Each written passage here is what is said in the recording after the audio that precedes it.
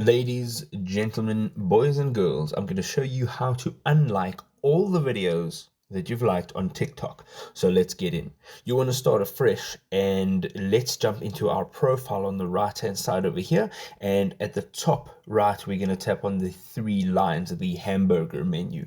Then we're going to navigate to settings and privacy, and we are going to unlike all of our liked videos on TikTok.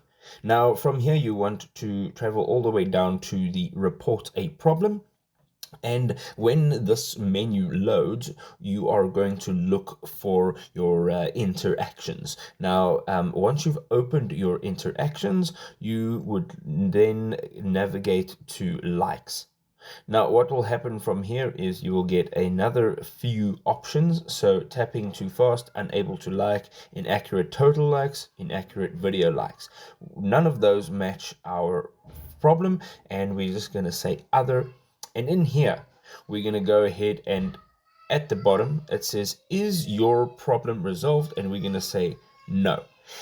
From here, you can see it says need more help, and we're going to tap on this.